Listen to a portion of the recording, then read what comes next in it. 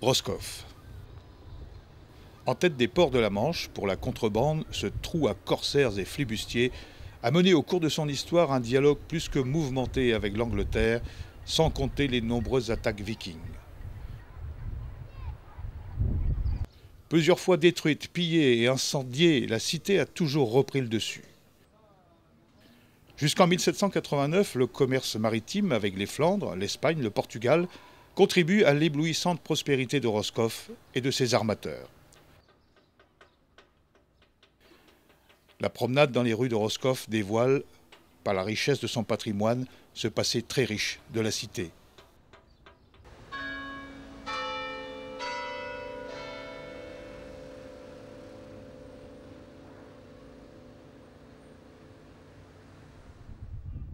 L'église Notre-Dame de Croix-Bas, édifiée au début du XVIe siècle, est financée par les armateurs.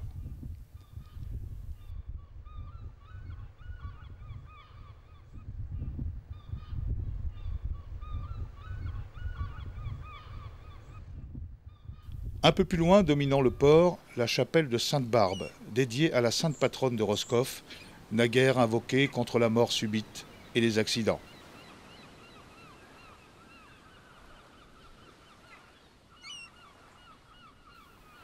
Le jour du départ pour l'Angleterre, les Johnnies, dont nous parlerons un peu plus loin, saluaient la chapelle et tout en hissant les pavillons, entonnaient l'hymne roscovite.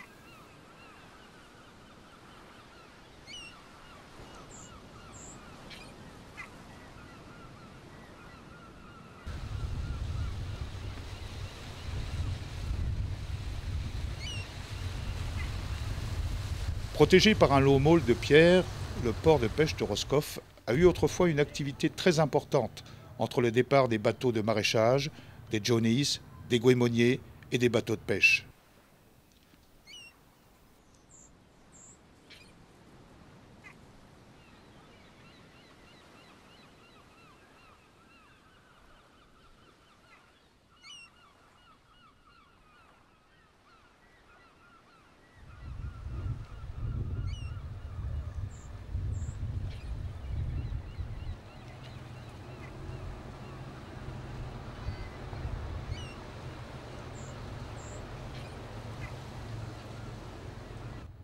T'as qu'une paire de mirettes au poker, des conquêtes jolies mômes.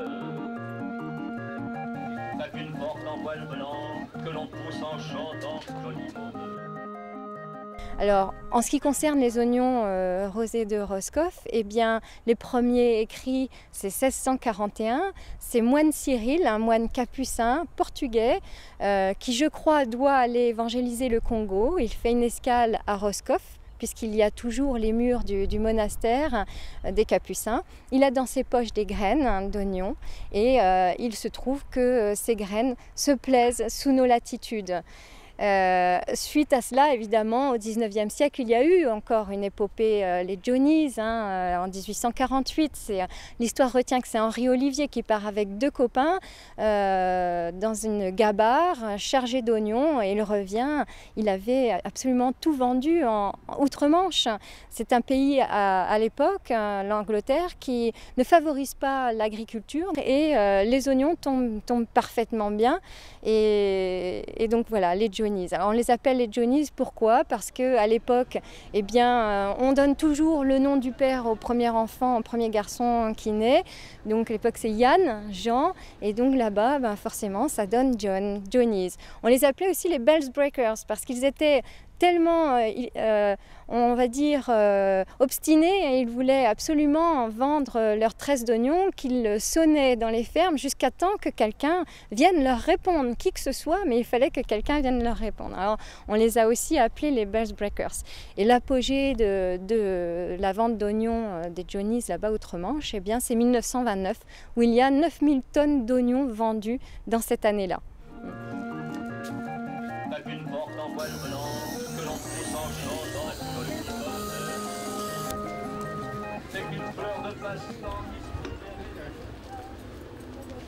voilà.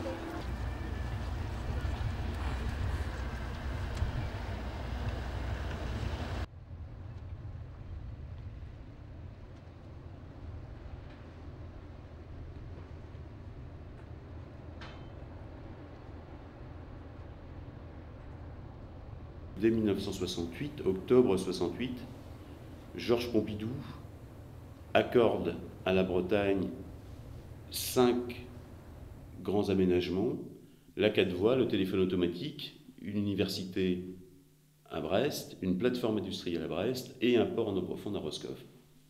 Tout ça a été voulu par un homme, avec d'autres hommes, mais le leader de cette affaire, c'est vraiment Alexis Gourvenec. Tout cela, toute cette histoire, cette grande histoire maritime, est partie de la volonté d'une poignée d'hommes, de paysans d'ailleurs, qui souhaitaient trouver des solutions pour exporter leurs légumes en Angleterre, sachant que Plymouth est plus proche de Roscoff que Rennes de Roscoff, et Londres est plus proche de Roscoff que Paris de Roscoff. Donc il y avait une évidence géographique, une évidence économique, une évidence culturelle et politique ensuite. C'était vraiment l'histoire du retour à la mer des commerçants bretons. Alexis Gourvenec déniche un bateau sur Vigo, en Espagne. Il imagine un plan financier et puis il va de son côté voir les agriculteurs de Saint-Paul-de-Léon, Paimpol et Saint-Malo en leur disant: si vous voulez vendre vos choux-fleurs outre-Manche, il faut vous acheter ce bateau. Et c'est ce qu'ils font. Donc le premier bateau est baptisé le Kérisnel, donc le lieu-dit du marché au cadran de légumes de Saint-Paul. Et le 2 janvier 1973, il est inauguré, donc derrière le bagad de Landmiway. Toute la population se presse parce qu'en écoutant Alexis Gourvenec, eh bien, il dit les gens étaient en train de se rendre compte qu'ils renouaient avec leur passé du temps des toiles de lin lorsqu'on allait vendre ces toiles de textile. Mais ce qu'il ne dit pas, c'est que ces paysans savaient qu'ils avaient de nouvelles perspectives aussi avec Alexis Gourvenec. On peut considérer que c'est notre héros breton. Et ce qui est de surprenant, c'est que dès le milieu des années 70, les premiers bateaux qui étaient entièrement dédiés au transport des légumes ont été sollicités par des touristes britanniques qui ont dit: mais attendez, il y a un bateau, il y a une ligne, et on va venir passer nos vacances en Bretagne et dans le grand sud-ouest de la France. Et c'est comme ça qu'ont été mises au point les lignes de transport passagers à partir de bateaux qui ne faisaient que du fret, que des remorques, que des camions. Et le tourisme anglais vers la France est venu en grande partie des bateaux de Brittany Ferries qui ont été transformés, réaménagés, et puis on a vraiment fait des bateaux pour touristes, des grands cruise ferries dans lesquels on pouvait mettre à la fois la caravane, la voiture, le bateau, les enfants évidemment et les bagages. Dès le milieu des années 70, l'ambassadeur de Grande-Bretagne en France dira dans un discours lors de l'inauguration du bateau Armorique en 1976 à Saint-Malo: nous allons pouvoir désormais échanger des choux-fleurs bretons contre des touristes britanniques. Il a fallu non seulement aménager des ports, mais aussi acheter des bateaux, et des bateaux de plus en plus grands. Et ça a été donc au milieu des années 80 et fin des années 80, plus particulièrement, l'arrivée des premiers jumbo ferries. Aujourd'hui, il y a 9 navires dans la compagnie, navires de grande capacité, ce qu'on appelle des cruise ferries, des bateaux mixtes, qui peuvent à la fois transporter des voitures et des camions. Brittany Ferries transporte chaque année un peu plus de 2 500 000 passagers, 2 500 000 passagers, et plus de 230 000 camions, à partir de ces ports de France, d'Angleterre, d'Espagne et d'Irlande. Brittany est implantée à Roscoff, dans le Finistère, c'est le siège de la compagnie, c'est aussi un des ports de la compagnie. Brittany Ferries est implantée à Saint-Malo, à Cherbourg, à Ouistreham, le port de Caen.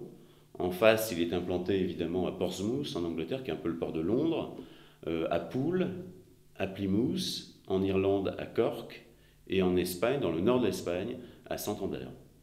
Brittany Ferries est le premier employeur de marins français, avec 1700 navigants et à peu près 800 sédentaires répartis au siège de la compagnie à Roscoff et dans les différentes escales de la compagnie. Mais il y a 1700 navigants sous pavillon français. La station biologique de Roscoff, implantée ici, est un lieu que tous les spécialistes du monde connaissent pour la diversité de ses algues et son passé scientifique. À la station biologique de Roscoff, les chercheurs n'en finissent plus de découvrir leurs étonnantes propriétés.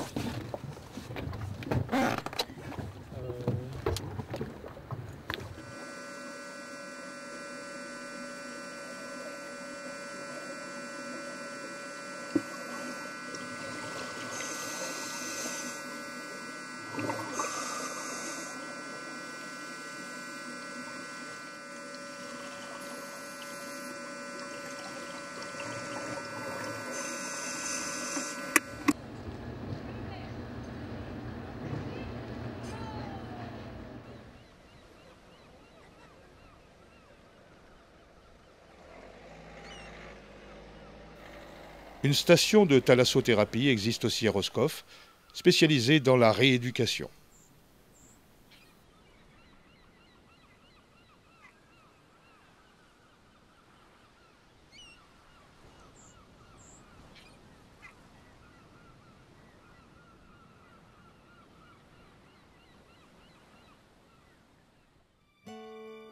En continuant notre route, de longues grèves se découvrent à marée basse, avec de grands espaces propices à l'évasion.